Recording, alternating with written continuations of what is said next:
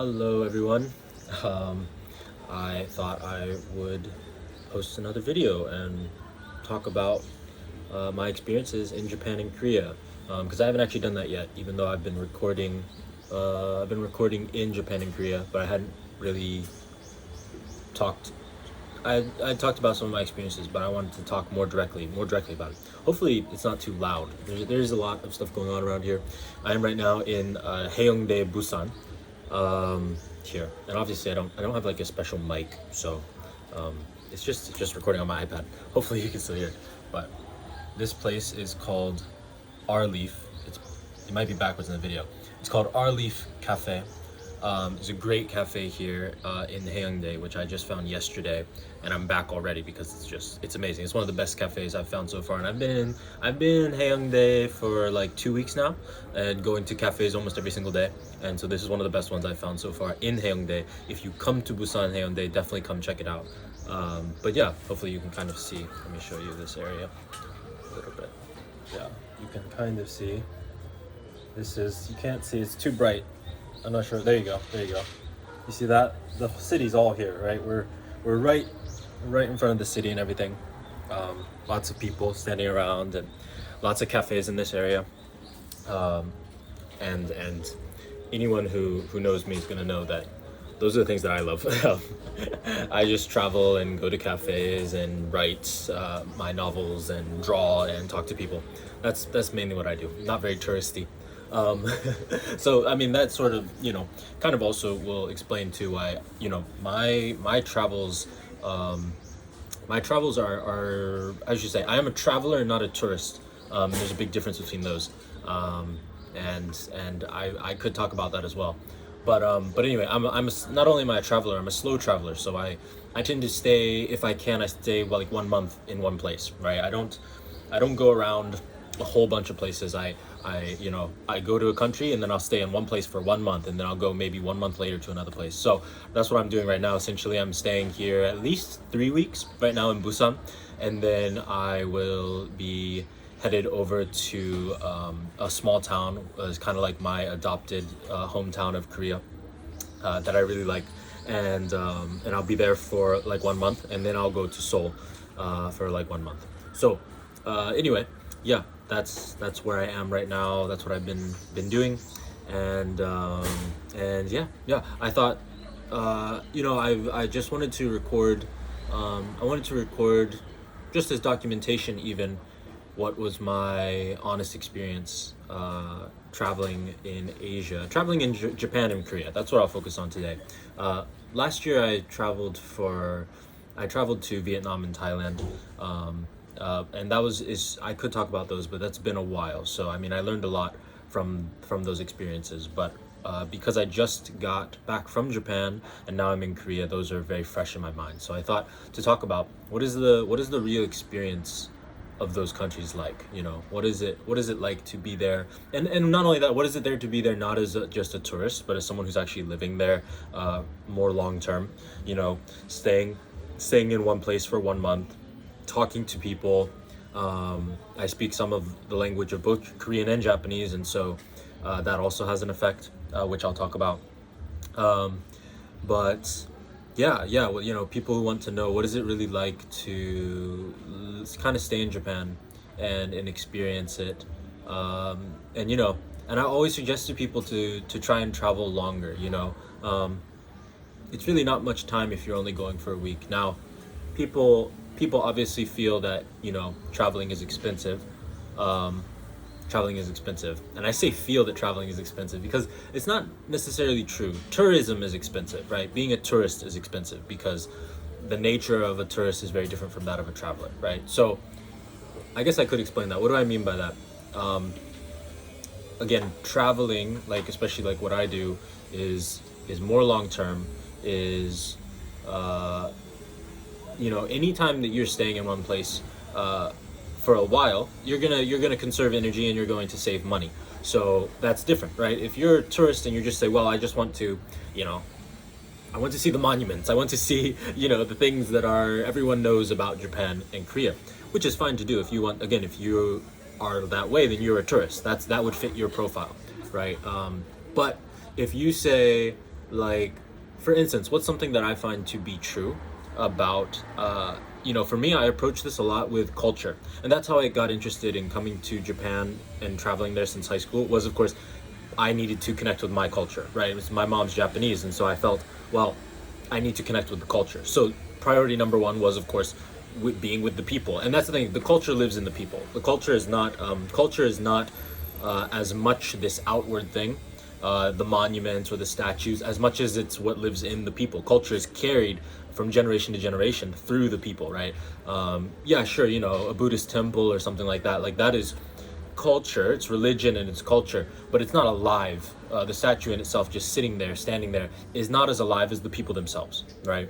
And so the value of if you're really there for culture, if you're really there to experience that, it's in the people. You have to go and spend time with the people of that culture, right? That's what's fantastic about that, and that's what's fantastic about being a traveler and going slower in your travels, not someone who's going to jump around, because it takes time to get to know people, and it takes time to really, especially I think for Americans, and this is a tricky part, because it takes a lot of time for us we have our own ideas of what these places are like, right? We have our own ideas of what a foreign country is like. We have, we've been bombarded by media, propaganda, you could say, from the American view and American media of what Asia's really like, and yes, you have access to YouTube now, so you're able to learn a lot more. You have a lot more information available to you, and yet still, the real experience, being in person,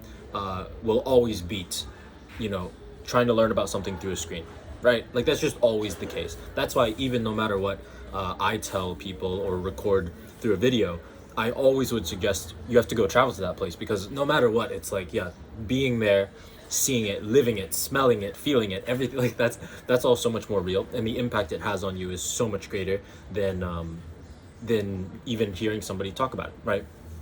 So of course that's number one. Like, if you can travel, if you can get to a place where you can travel, these worlds are so different from our worlds, in America, especially because America is rather isolated in its own unique way. Even though we are diverse, we're isolated. And so it's very, very interesting. But yeah, so that's the difference, travelers are people who can afford to go more long term. Those are people who are not necessarily, they're there to connect with the culture, they're there to connect with the language, they're there to see the land, right? Which is different from a tourist. A tourist is there to see the monuments, to see the things that everyone else is talking about, and to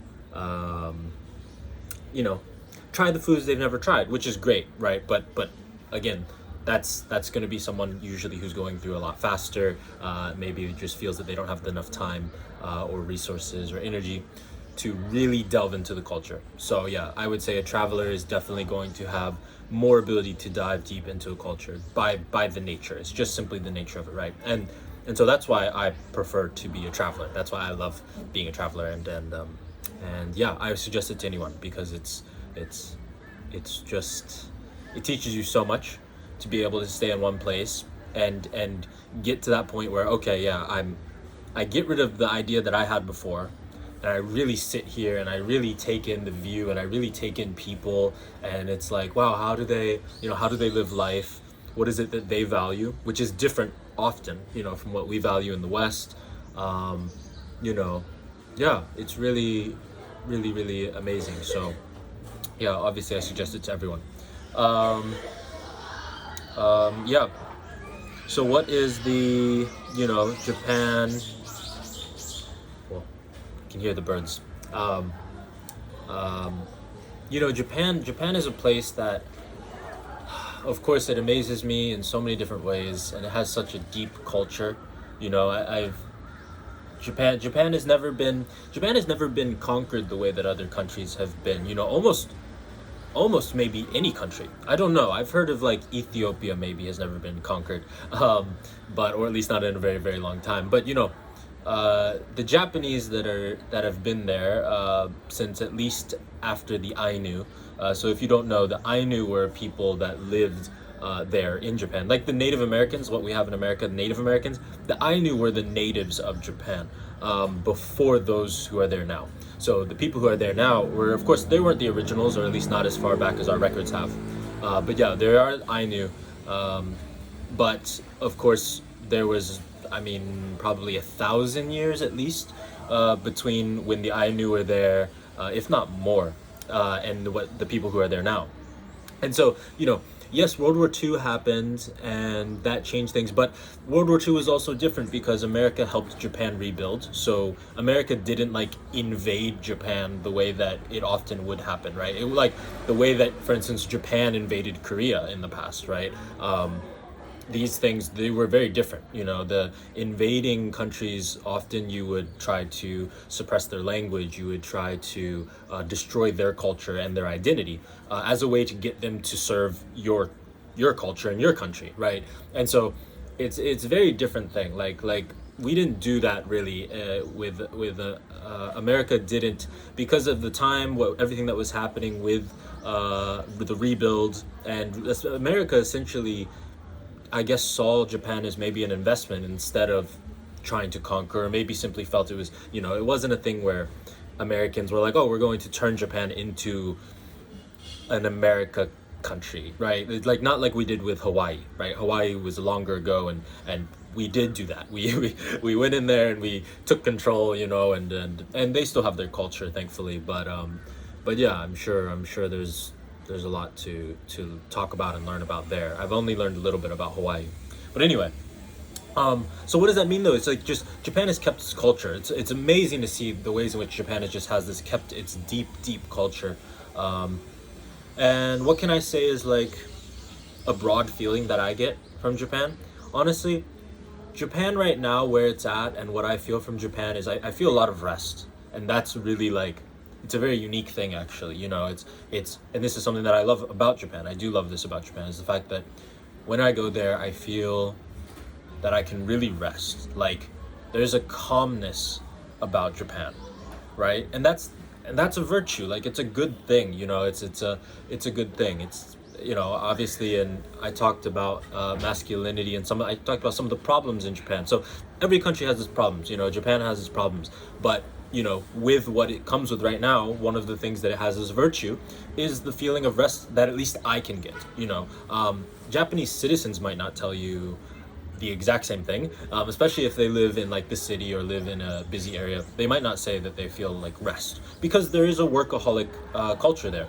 But when it comes to me being a traveler, that's what I feel, right? So anyone who is American, anyone who else is a traveler and able to go to Japan, if you're able to stay there long term, especially if you're able to adapt to the culture well, you'll feel rest. And that's what's really amazing, and that's hard to describe. It's hard to fully convey, how is it that you can go to a country and you feel more at ease, you feel more rest than you do in your home country, yeah, it's interesting.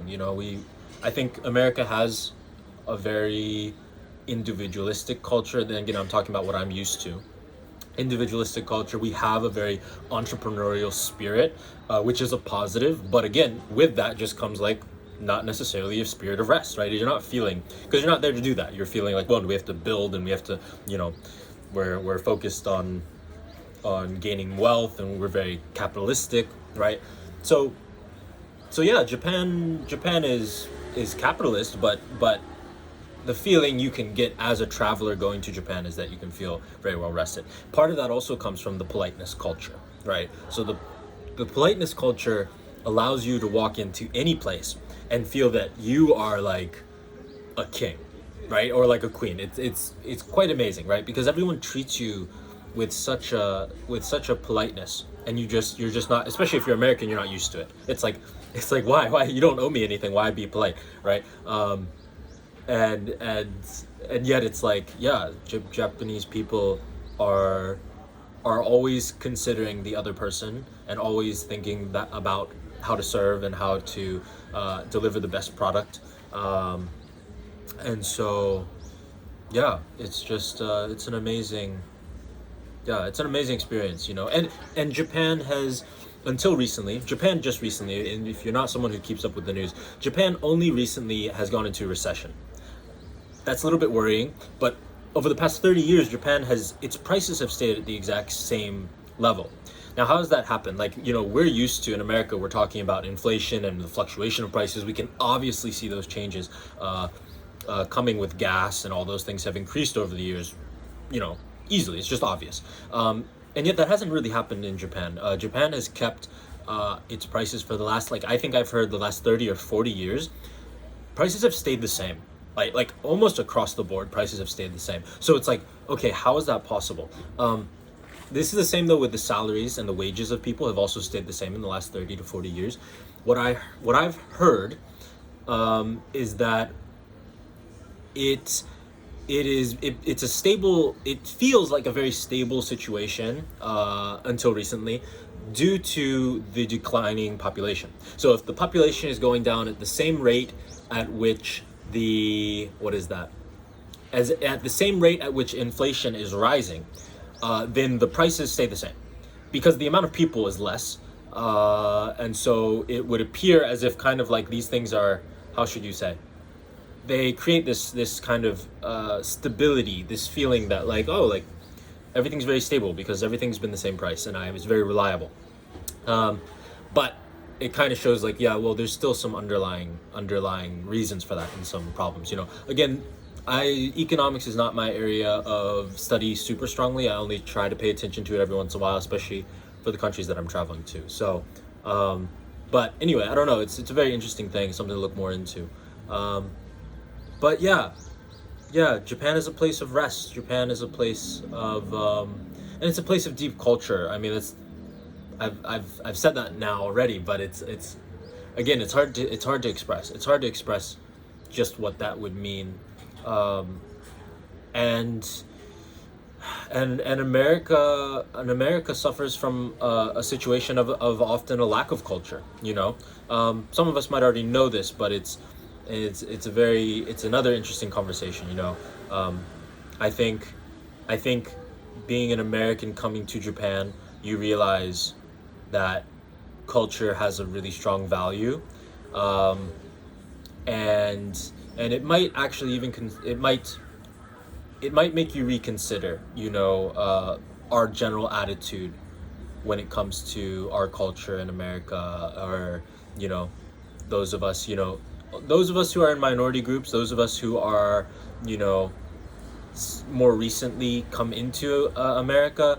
We're still, I think, more connected to our culture and the deep roots of it. But especially if you're thinking about like the first migration, thinking about white Americans who came, the Polish, the Irish, the English, the French, these people in America, what I tend to see is a disconnection to their old culture, right? Most of them do not feel, it's like, oh, I'm Irish, or you'll hear people say I'm a mutt, right? It's like you're just mixed with a bunch of different European background, which is, it's understandable, but they've lost connection to their culture a lot over the years, over the generations, and so that has an effect. I think that's something to pay attention to, and I definitely would want to dig more into that because I've done a lot of thinking on this, but I draw a lot of strength from my culture, being Japanese, half Japanese, and learning. And the deeper I learn about Japan, the more strength I obtain. And it's just great. That's one of the reasons why I trying to spend as much time here as possible. So yeah. What do I feel from Korea? Korea is a place. How do I say? The Korean attitude is one that I really admire, and it feels I feel a kinship with it, with who I am right now in my 23 years of life. Now that I'm 23, I definitely feel a kinship with the Korean attitude of where these people are. The Korean people they feel like a people who are pushing for the future. They feel like a people who, what's an example I can give? An example I can give right now is that Korean people, they all want to learn English, and that might sound like obvious, right? Because everyone, it's like, oh, it's just the how should you say? English is like the language spoken around the world, but it's actually even, I feel often in some ways that the Korean people right now is almost like a status symbol, and not everyone has the same vigor to learn English the way that the Korean people do, right? So like in Japan, for instance, in Japan, a lot of Japanese people don't necessarily feel the same like need, right? Because a lot of Japanese people feel like they're just going to live in Japan. But Korean people they're coming onto the world scene right now. And most of us know this at this point with K-pop and K-dramas, right? So, you know, a lot of people don't know, but this, I mentioned before, this is a thing called Hallyu. Hallyu, it was a program, a design. It's a movement. It's Korean Wave. They call it Korean Wave. Now, the Korean Wave is the culture being spread of Korean culture being spread around the world. But this is not just a cultural movement as much as it is also Korea's government making a decision. This was years ago, and I don't remember exactly when it was. But Korea, I think after World War II, or actually no, it probably might have been after the Korean War. I have to check that. But the Korean government realized that as we were, becoming more democratic around the world, communism was starting to fade, capitalism was rising, democracies were spreading around the world, and we people felt that we are more civilized, we're more modern now, and so what is that? Which is true in some ways, but what did that mean? We were communicating faster and faster, right? We're communicating faster and faster, and all of a sudden, Korea was able to realize that the opinions of the general populace, of civilians, is going to matter more and more, right? Because the farther back you go, especially if you had less communication, it didn't really matter so much what your citizens, what their opinions were. It wasn't as direct. Whereas now, we have social media, we have online forums. These things kind of matter a lot, right? The opinion of the populace, of the civilians, begins to really take effect because information can be spread very, very quickly, right? So if a politician does something bad, it can spread very quickly. If a war happens in a place, right? Like, what do we see now? Right now around the world, if there's a war going on, especially if it is something that disagrees with our ideologies and our beliefs, it's going to be on the news, and there's going to be people who are protesting in a complete other country, right? This obviously didn't happen in the past, right? This is a newer development, right? You would not see riots in France or in England for something that happened over in Palestine or in the Middle East. I wonder what the earliest ones were. My guess would be that some of the earliest that we ever learned about this might have been happening in Europe during the occupation of India. I have heard of like things with Gandhi, and things spread fast enough that Gandhi actually affected the populace there in England, and people were taking in the news, and English people were not happy about it, So maybe there was some before that. I'm curious as to what was some of the first kind of this level of communication, and maybe us, voicing opinions of foreign policy. That's essentially what it is, I think, right?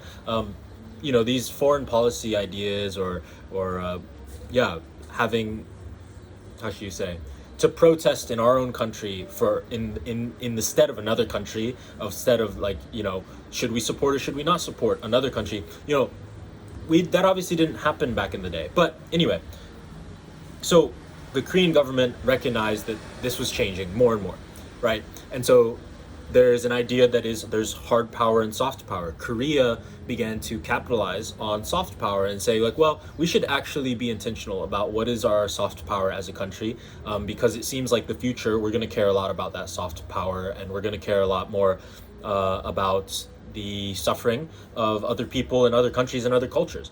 And that's true. And so Korea has pushed Hallyu through the government, and then now even the people feel that, it's a very interesting thing, and a lot of people right now in the West are benefiting from it in our media, because we're loving the stories that are coming out of Korea.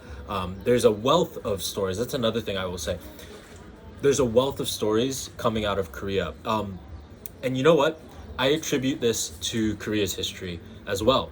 I end up talking so much about history because, again, it's just fundamental, and it's so crucial. And it's crucial when you're talking about cultures that are this old, right?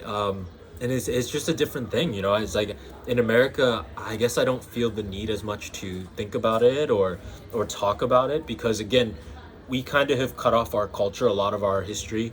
Not to say that we aren't affected by it, of course we are, right? um, but anyway, this is the thing. korea's Korea's stories are really quite beautiful, right?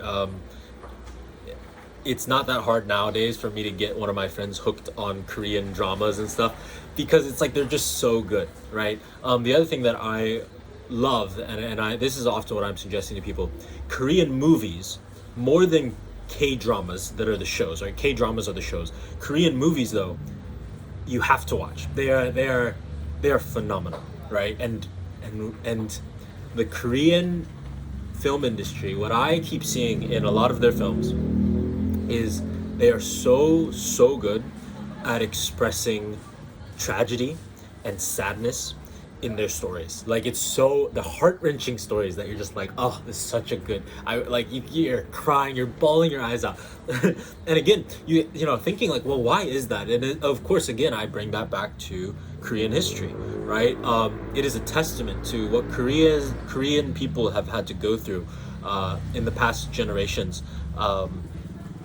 in their history, you know, being occupied by Japan, being occupied by other countries. I'm trying to remember whether they were ever occupied by China, but anyway, China or Russia. I'm not sure if Russia ever got to Korea, but again, yeah, I think that it's had a major effect. I think that the effect of the heartbreak and the hardships which Korean people went through has given them this depth, right?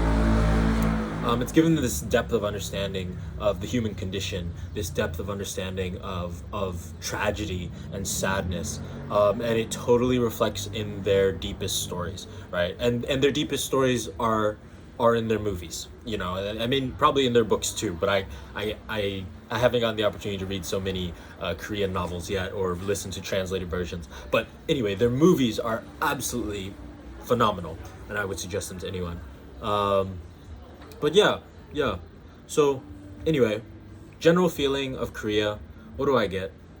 I get a certain youthfulness. There's a certain youthfulness here. There's a certain energy. You know, even though Korea has a shrinking population, even though Korea sadly has some of the highest suicide rate in the world, you know, and there's reasons for that, you know, and that's some concern, and it's things that I would definitely be willing to talk about. But and yet the Korean people also still have an energy about them, and it's fascinating. It's fascinating to see that, you know, that yeah, Korean people really do still have this energy. They have this vigor to them, and it's unique. It's definitely unique, and I would say it's something to look out for if you come to Korea. If you travel to Korea, yeah, look out for pay close attention to the attitude and the energy of Korean people, and just see what they're doing. Pay attention to what they're valuing, and yeah, it's just it's a very fascinating thing. Korea is a place that I feel like I could definitely live, and the countryside in Korea is beautiful. Korea is a mountainous country. It is lots of mountains. I love mountains, so for me it's fantastic. I love the mountains of Korea, and they've gotten to such a wealth level now that you feel a lot of the luxury too. You know, the same luxury that people would describe about Japan for over the last 30 years, you feel here now in Korea, right? Korea has a luxury to it, and that luxury added with the energy, the youthful feeling, is just such a positive. It's such a rejuvenation, right? It makes you feel yourself, that you can be filled with energy, and that you can be entrepreneurial, that you can push for the future and do things. So yeah, that's something I love about Korea. I really do, and I highly suggest it. So it's funny because, you know, that creates this how should you say, this like opposite experience for me, because I'm bouncing between Japan and Korea a lot these days. It creates this space where all of a sudden, for me at least, it's a great benefit, because I can go to Japan and I can like rest, right? I can rest and I feel that rest and I'm just like, wow, I can relax and I can like feel calm and it helps me think. And I'm like, wow, it really helps me think.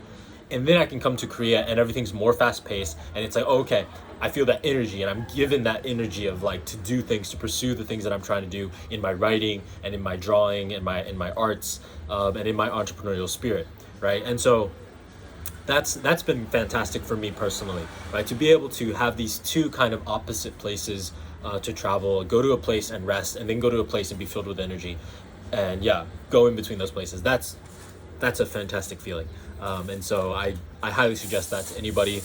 If you've never been to Japan and Korea, you have to try it. You have to come here, and it's a different thing. It's a different world and a different system.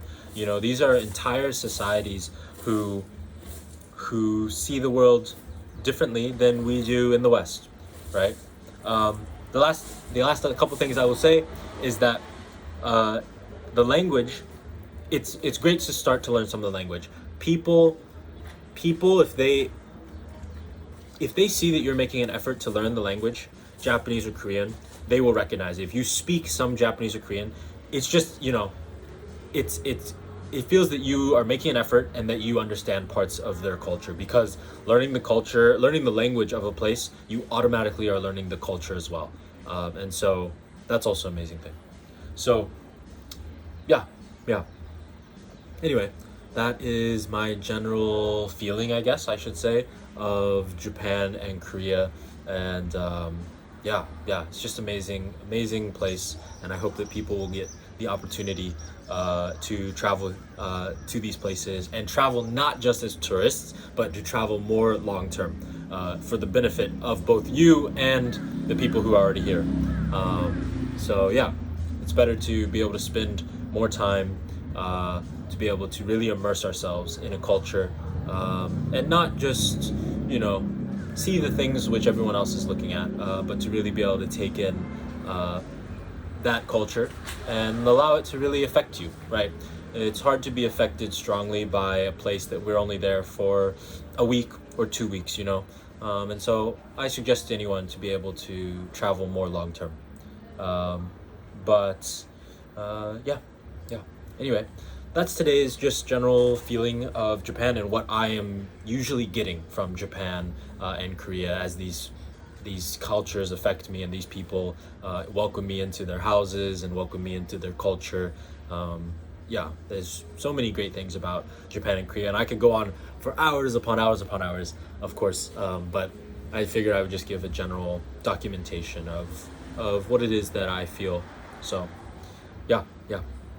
So anyway, that's all for today, I think. And yeah, hope you have a good day, and I hope that you will consider travel to Asia, as well as experiencing new cultures long term. So yeah, thanks so much. Goodbye. またね。